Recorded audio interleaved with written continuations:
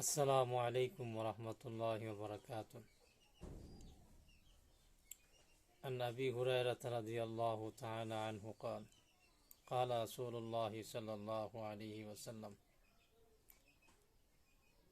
الإيمان بضع وسبعون شعبة فأفضلها قول لا إله إلا الله وأدناها إماتة الأذى عن الطريق والحياء شعبة من الإيمان.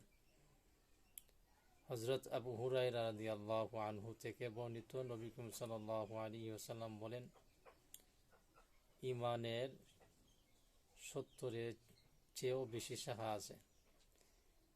এর মধ্যে সর্বোত্তম শাখা হইল লা ইলাহা ইল্লাল্লাহ। আর সর্বনিম্ন যে শাখাটা, এটা হলো রাস্তা থেকে কষ্টদায়ক বস্তু সরাইয়া দেওয়া। পরে বলা হয়েছে যে লজ্জা, এটাও একটা ঈমানের বিশেষ অঙ্গ।